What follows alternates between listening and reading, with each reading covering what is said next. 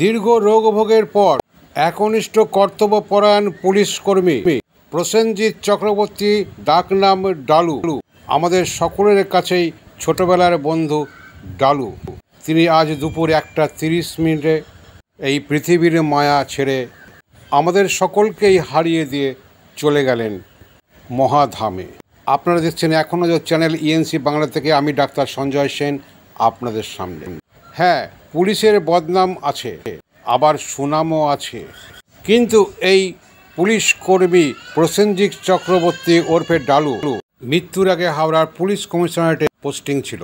মৃদু স্বভাবের, শান্ত প্রকৃতির, উচ্চকণ্ঠে গলা, কেউ হয়তো শুনেছেন কিনা আমি জানি না, তবে এটুকু দৃঢ় বিশ্বাস, আমি চিফ এডিটর হিসাবে নয়, আমি তার একনিষ্ঠ বন্ধুও ছিলাম ছোটবেলায় হাওড়ায় লিচুবান পুলিশ কোয়ার্টারে। সেখানে আমরা লড়াই করেছিলাম তখন অব্যবহৃত জমিতে শিশু উদ্যান করার ক্ষেত্রে। আমার সাথে ছিল এই ডালু। যতবার এসপি বাংলোতে আমরা সুলতান সিংয়ের আমলে তার কাছে গিয়েছিলাম, ততবারই তিনি আমার পাশে ছিলেন। এমনকি শিশু উদ্যান হলো, সব পেচির আসর বসলো, তার কোচ কাম কর্ণধার এবং ম্যানেজারই বলতে পারেন আমি ছিলাম, এবং ট্রেনিং দিয়ে বন্ধুকেও আমি শিখিয়েছিলাম, ছাত্রছাত্রীদেরও খেলা, ব্রতচারী সবই শিখিয়েছিলাম। তখন এই ডালু তথা প্রসেনজিৎ চক্রবর্তী সকলের কাছেই ছিল কাছের মানুষ, কারোর সঙ্গে কোনোদিনই ঝগড়া বিবাদ হয়নি, হতেও পারে না। তিনি শান্ত, বরাবরই শান্ত ছিলেন। রিসরা থানায় যখন তিনি ছিলেন, ফোনে কথা প্রায় একদিন থানায় গেলাম, তিনি তখন ছুটিতে। তারপর ফোন করলাম, আমি বললাম এত বছর পর তোমায় ফোনে দেখতে পাচ্ছি না, ভিডিও করো।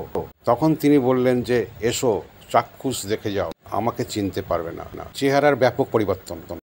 আমাদেরও বন্ধু, কাছের প্রিয় বন্ধু তিনি আর নেই। ফোনে শেষবারের মতন কথা বলেছিলেন আমার সাথে, এবং তিনি বলেছিলেন রিসরা আমি আছি, তুমি এসো। রিসরাতে স্থায়ীভাবে বসবাস করে। মৃত্যুর আগে তার পোস্টিং ছিল হাওড়ার পুলিশ কমিশনারেটের বিভাগীয় দপ্তরে।